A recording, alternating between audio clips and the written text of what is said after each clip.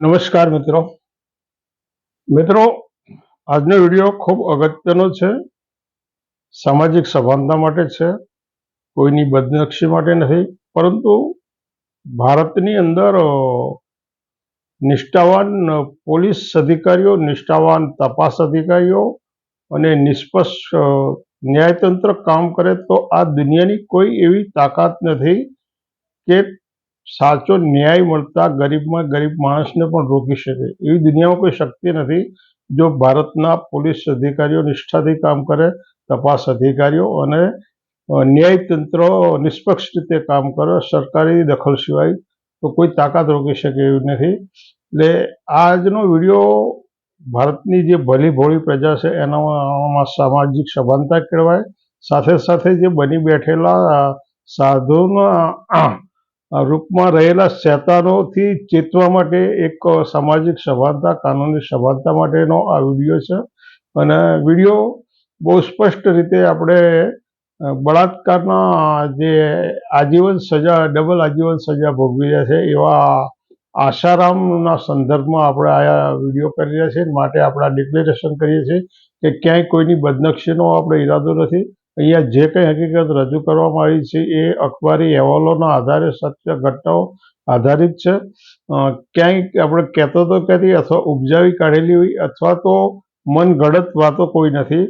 પરંતુ ભારતની પ્રજા કેવી ભલી ભોળી છે કે રસ્તે જતા આવતા હોય, વાહન લઈને જતા હોય અને 5 ઈંટો મૂકેલી હોય તો એને એનું માથું નમાવશે, અથવા જો ચાલતા જતા હશે તો ઊભા રહીને પગ કાઢીને એને નમન કરી લે છે. આવી નિર્દોષ અને ભલી ભોળી પ્રજા ડગલે ને પગલે કંઈ કંકુના ચાંદલા કરશે, કંઈ સિંદૂર ચડાવશે, કંઈ દીવા કરશે, કંઈ નૈવેદ્ય કરશે. અને આવી ભલી ભોળી પ્રજા જોઈ અને શેતાનોને એક વ્યવસાય મળી ગયો છે. શેતાનોને એક વ્યવસાય, કારણ કે આ ભલી ભોળી પ્રજાની નિર્દોષ આસ્થાને લૂંટવાનું અમને એક બહુ વિશાળ બજાર મળી ગયું છે. એટલે અને આમાંથી જ આ લોકો જતા જતા મંદિરો બનાવીને મંદિરોમાંથી આશરાઓ બનાવે. એટલે રખડતા ભટકતા આવેલા હોય, દારૂડિયા હોય અને એ જોડી પાછા સંત મહંત બની જાય.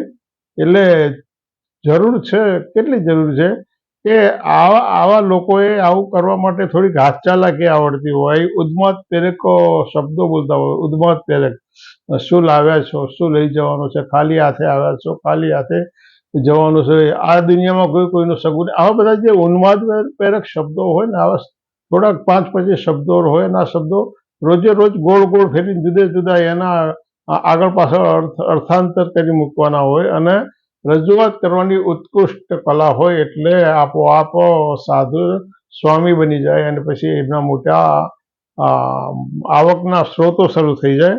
એટલે આપણે આજે વાત આશુમલ સિંધીની વાત કરવી છે કે 2013થી સુરતની બળાત્કાર કેસની અંદર આ ભાઈશ્રી જેલમાં છે અને છેલ્લા 11 વર્ષથી જેલમાં હતા.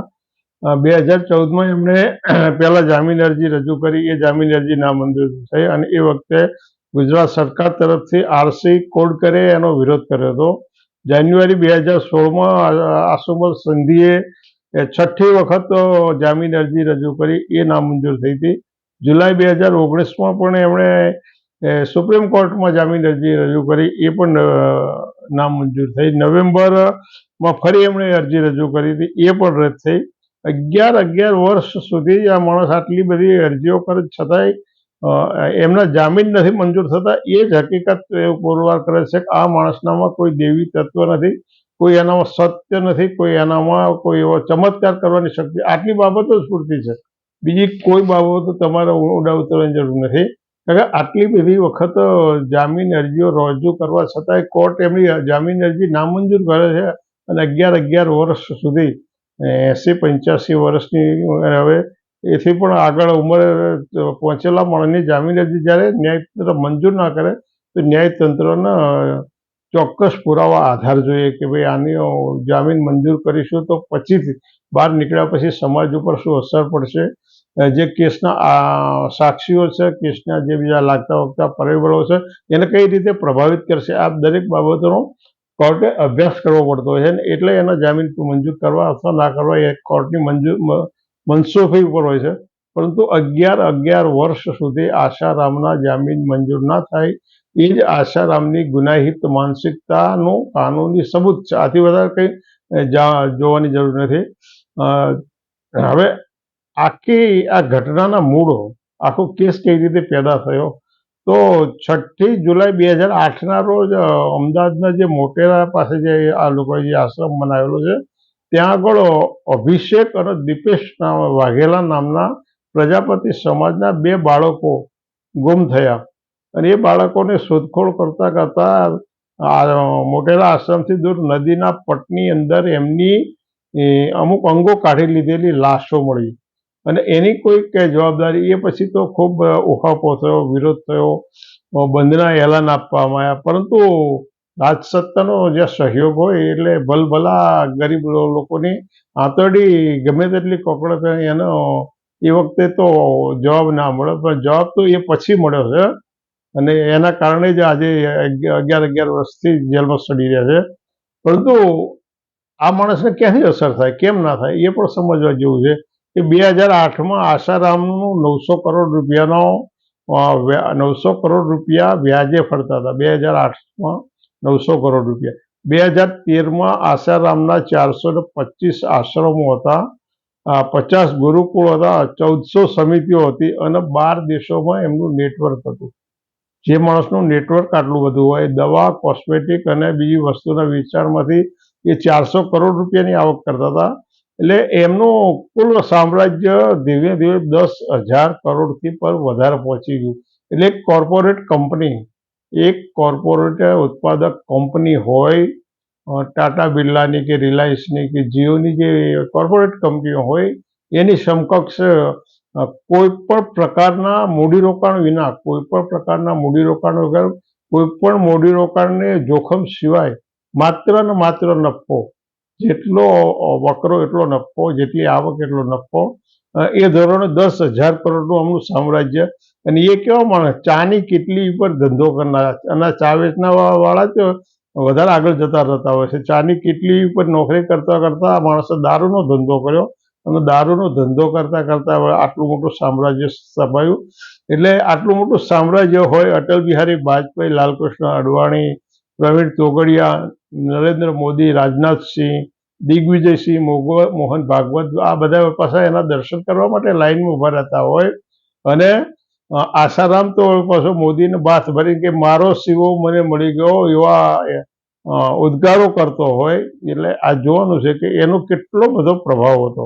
આટલો બધો જે માણસનો પ્રભાવ હોય અને આટલું બધું આર્થિક સામ્રાજ્ય હોય, અને એ છતાંય નિષ્ઠાવાન પોલીસ અધિકારીઓ, નિષ્ઠાવાન તપાસ અધિકારીઓ અને ન્યાયતંત્રમાં બેઠેલા માનનીય ન્યાયાધીશોના પ્રતાપે આશારામ અને એનો છોકરો બે આજે આજીવન જેલની સજા ભોગવી રહ્યા છે. એટલે આ પણ એક ભારતના બંધારણની, ભારતના ન્યાયતંત્રની બહુ મહાન સિદ્ધિ છે. આટલું મોટું આર્થિક સામ્રાજ્ય હોય, આટલી બધી રાજસત્તાનો સહયોગ હોય, અને છતાંય ગુનેગાર ચસકી નથી શકતો. આ પણ એક સમજવા જેવી અને ધડો લેવા જેવી બાબત છે. ગુનેગારો ગમે તેટલો લાંબો પોળો હોય, ગમે તેટલો ગજાવર હોય, ગમે તેટલો તાકાતવર હોય, પણ જ્યારે કાયદાની રીતે નિષ્પક્ષ રીતે કામ કરે તો ગુનેગાર ગમે તેટલો મોટો હોય એનું કોઈ પણ ચાલી શકે નહીં. આ એક સમજવા જેવી બાબત છે. એટલે આર્થિક સામ્રાજ્ય ગમે તેટલું મોટું હોય એ અગત્યનું નથી. અગત્યની વસ્તુ તો કાયદો અને ન્યાયતંત્રએ કઈ રીતે કામ કર્યું એ અગત્યની વસ્તુ છે. આશારામના એ પછી જે પડતીના એના જે સંજોગો શરૂ થયા, તો આશારામનું જે સિંધવાડામાં આવેલું ગુરુકુળ હતું, ત્યાં ધોરણ 12માં અભ્યાસ કરતી 16 વર્ષની એક સગીર દીકરી હતી. એ સગીર દીકરીની ઉપર એણે વારંવાર દુષ્કૃત્ય કર્યું. અને એને ઉપર એની પહેલી ફરિયાદ દિલ્હીની અંદર કમલા માર્કેટ પોલીસ સ્ટેશનમાં એની ફરિયાદ 0 નંબરથી નોંધવામાં આવી. દિલ્હીની અંદર જે સિંધવાડાની આ ગુરુકુળમાં જે છોકરી, સગીર છોકરી 16 વર્ષની હતી, અને એની સાથે આશારામે 1 કરતાં વધારે સમય સુધી દુષ્કર્મ કરેલું, ને એ એના મા બાપના ધ્યાનમાં આવ્યું, અને બધાએ સાથે મળી અને દિલ્હીના કમલા માર્કેટ પોલીસ સ્ટેશનની અંદર 0 નંબરથી એ પોલીસ ફરિયાદ નોંધવામાં આવી અને એ પોલીસ ફરિયાદના આધારે 376, 354, 509 મુજબ આઈપીસીની કલમ મુજબ એની સામે ફરિયાદ દાખલ કરવામાં આવી અને એ ફરિયાદ રાજસ્થાનના જોધપુરમાં ટ્રાન્સફર કરવામાં આવી. ઓગસ્ટ 2013ની ઘટના છે અને એ પછી આશારામની ધરપકડ થઈ અને આશારામની ધરપકડ થઈ એ પછી ઓક્ટોબર 2013માં સુરતની બે સગી બહેનો એ બાપ બેટા સામે બે સગી બહેનોએ બાપ બેટા સામે દુષ્કર્મની ફરિયાદ નોંધાઈ. આશારામ 2001થી 2007 સુધી આ જે સુરતની જે બે દીકરીઓ હતી એની સાથે રેપ કરી હતો. નારાયણ સાંઈ 2002થી 2005 સુધી સુરત, પટણા અને સાબરકાંઠાના ગાંભોઈ વગેરે જગ્યાએ પેલી નાની બેન હતી એની સાથે દુષ્કર્મ કર્યું. બે સગી બહેનો સાથે બે બાપ દીકરો, સગા બાપ દીકરો બે સગી બહેનો આ રીતે ભોગવી રહ્યા હતા અને આ જે બે બહેનો હતી એ 1957માં સુરતનો એક મધ્યમ વર્ગીય પરિવાર હતો. એ પોતાની 14 વર્ષની છોકરીના સુરતના જહાંગીરપુરા આશ્રમમાં સેવા કરવા મૂકી ગયો અને એ છોકરી 2001માં આશારામની નજરમાં આવી એટલે આશારામે એની ઉપર દાનત બગાડી અને મોટેરા આશ્રમમાં લઈ આવ્યો. મોટેરા આશ્રમમાં લઈ ગયા પછી એણે 5 વર્ષ સુધી એની સાથે દુષ્કર્મ કર્યું, પરંતુ ત્યારે એ બાલિકા ના સમજ હતી, એને સમજાવતું ન, પણ ધીરે ધીરે એનું સમજ વધતી થઈ તો એની સાથે બળાત્કાર અને સૃષ્ટિ વિરુદ્ધનું કૃત્ય આ માણસ કરતો હતો. ધીરે ધીરે જેમ જેમ એની ઉંમર વધતી ગઈ ને એટલે એને સમજાતું થયું કે મારી સાથે આ રીતનું કૃત્ય થઈ રહ્યું. પણ એ એટલી બધી ભયભીત થઈ ગઈ, એટલું બધું દબાઈ ગઈ હતી કે 2009માં એના લગ્ન થયા પછી પણ એણે એના પોતાના પતિના આ વસ્તુ બતાવી ના શકે. પરંતુ જ્યારે જોધપુર પોલીસ સ્ટેશનની અંદર એની સામે જે ફરિયાદ થઈ અને એની ધરપકડ થઈ અને એ પછી બંને બહેનોને હિંમત ખુલી અને એમણે